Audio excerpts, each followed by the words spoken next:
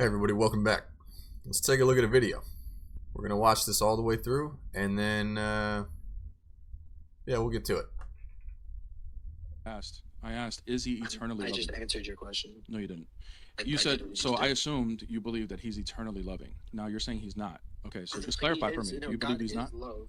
You're assigning the attribute, the action of being loving when God is love itself. You don't have to. What is love then? Define love. So, okay, good. So what does it mean to love someone? Bear the image. You told me not to. No, hold on. You want to provoke the question. Hey, focus up, Gumbo. Focus up. You wanted him. You got him. You wanted him. You got him. Go ahead. Focus up. What does it mean to love, Gumbo? To enact, does it need to be another to enact what love is? Generally speaking, sure. No, necessarily speaking. Yeah, sure. Okay, so does he have the ability to actualize then that love before creation? Well, yeah, because God isn't actualizing. He's not being loving. He is love itself. Yeah, but you said to love, it's necessary there's another party. Yeah, not to be love. Can he not can he be love? Can he love before creation? Can he love before creation? Yes. What do you mean? God is love. I didn't ask if he was love. I said, can he love? You're asking, can he do something that he is? That doesn't. No, I'm asking about the action of loving. Not can God be godly? Can God be godly before he's Gumbo, dude? godly? Answer the I'm question. asking about the action. Wait, is the action identical to the essence? No, God is love itself. Love is the action identical to the essence? Bro, why are you asking me the same question over and over? Okay, great. So so I'm not talking about the essence. I'm talking about the action. The action of loving. Can he do that for creation?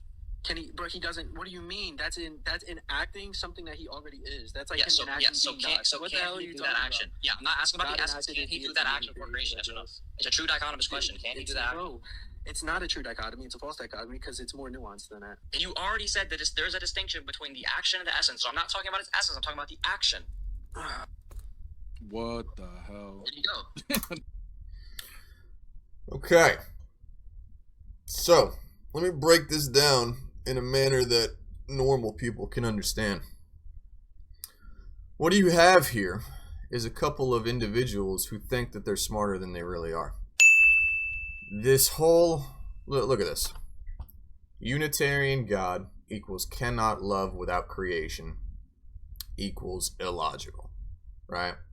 So the argument, the Trinitarian argument here is based on the verse, God is love. And they say, if God is love, how could he love before creation? Because love, by its nature, necessitates another party, right? And I get that. So they say, if love necessitates having another person, the only way that's possible before creation is if the Trinity exists, because then God, the Father, could have been eternally loving the Son and the Holy Spirit, right? And they're starting to get into all this like essence versus expression, and some mutant in their comments section was talking about actus purus and all this philosophical crap, right? And that's what these guys are. They're just wannabe philosophers who really have no idea what they're talking about. Because this is the dumbest argument to try and prove this point. And you realize that once you understand two very simple, basic concepts, right? Their whole argument falls apart when you understand two very simple, basic concepts. The first one, self-love, is a thing. That is an actual thing that exists, right? The second concept is that God is the pinnacle of goodness, justice, mercy, all of it, right? Any attribute you can think of, God is the pinnacle of that. All right? So, I'm going to go through a couple of verses with you all here and dismantle this dumb argument and show that they don't know really what they're doing. Trying to get all introspective and philosophical. Wow, that's not a word, is it? Philosophical. There we go. Introspective and philosophical. Again, two basic concepts. Okay, let's define love first, since, Gumbo didn't really have a definition. They didn't provide one for him. I think everybody inherently knows what love means, but let's get a textbook definition. Dictionary definition of love. An intense feeling of deep affection, a great interest and pleasure in something. To feel deep affection for someone, that's if it's used as a verb. To like or enjoy very much, right? These are all the standard textbook definitions for love. Let's go back to their argument. Love necessitates a recipient.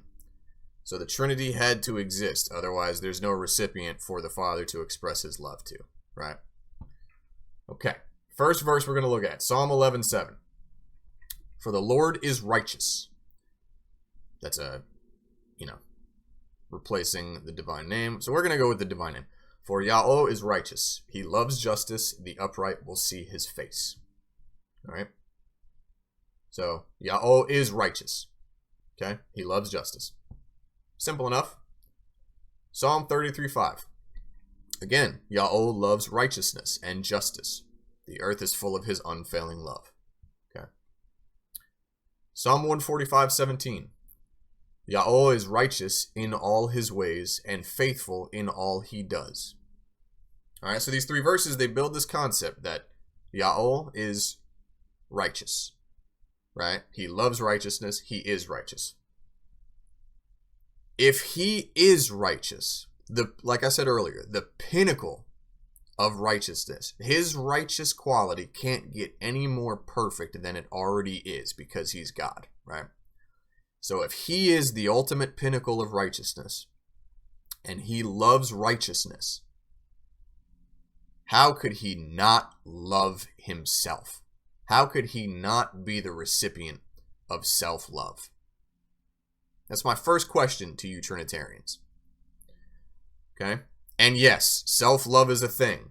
You cannot find a single individual on this planet who can, with good reason, deny that self-love is a real, actual thing. Even Jesus affirms it. And we find that in Matthew 22:39, where he's laying out the important commandments, right? The first is to love Yahweh, your God, with your whole heart, soul, and mind, right? And the second is like it. Love your neighbor as yourself. We all know what this means. Love your neighbor and treat your neighbor as well as you would yourself. So even Jesus' words here prove that self-love is very real. It's a very real thing, and it's in a wholesome capacity, right? I've heard this dumb argument before that the Father can't love himself because that would be selfish or narcissistic. So I pulled up the definitions of those. The definition of selfish: of a person, action, or motive lacking consideration for others, concerned chiefly with one's own personal profit or pleasure. Now, this second part you could potentially apply to God, right? Concerned chiefly with one's own personal profit or pleasure. Because again, like we said earlier, he is the ultimate pinnacle of every attribute. However, lacking consideration, we know that's not God's character. Okay, so he can't be selfish because that would involve this. That would involve lacking consideration for others, which we know God does not do. Let's take a look at narcissism. Excessive interest in or admiration of oneself or one's physical appearance. Selfishness involving a sense of entitlement, a lack of empathy, and a need for admiration as characterizing a personality type. So, God does demand our admiration and love. He's the Almighty. I think he gets to do that. Does he have a lack of empathy? I'll wait for somebody to argue that case if that's the route that they really want to go. Because I think we all know the answer is no, he does not. So he can't be narcissistic. So what's left? If it's not selfish for God to love himself, and it's not narcissistic for God to love himself, then it must be genuine, right? See, these guys want to sit here and talk about essence and the intricacies of love and like, can it be expressed? Like, it requires a second party to be expressed. Look, like, let's go back to what he said here. Talking about Nick here. I just answered this question, bro. You didn't. Can he not can he be loved? Can he love before creation? Can he love before creation? Yeah. He can love himself. He can be the recipient of his own love. It's not a complicated concept. And then you got this dude, Bear the Image, right? This guy's on his channel. He's trying to argue his point. And you're telling him to focus up like you guys are making a point? Yo, Listen to this. You told me not to. No, hold on. You want to question. Hey, focus up, Gumbo. Focus up. You wanted him. You got him. You wanted him. You got him. Go ahead. Focus So up. what does it mean to love them? Focus up.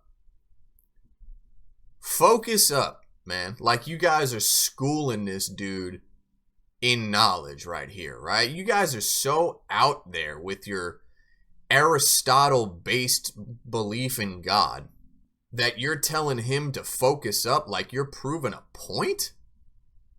And to the dude who I got into an argument with in the comments section, I'm not going to list his name, right? But he knows. He knows who he is. Bringing up Actus Purist and all that retarded crap. Your belief in God is based off of the unmoved mover, a concept by Aristotle, which said that God does nothing, ever. He does not act in any possible way whatsoever. That's what Aristotle's idea of God was.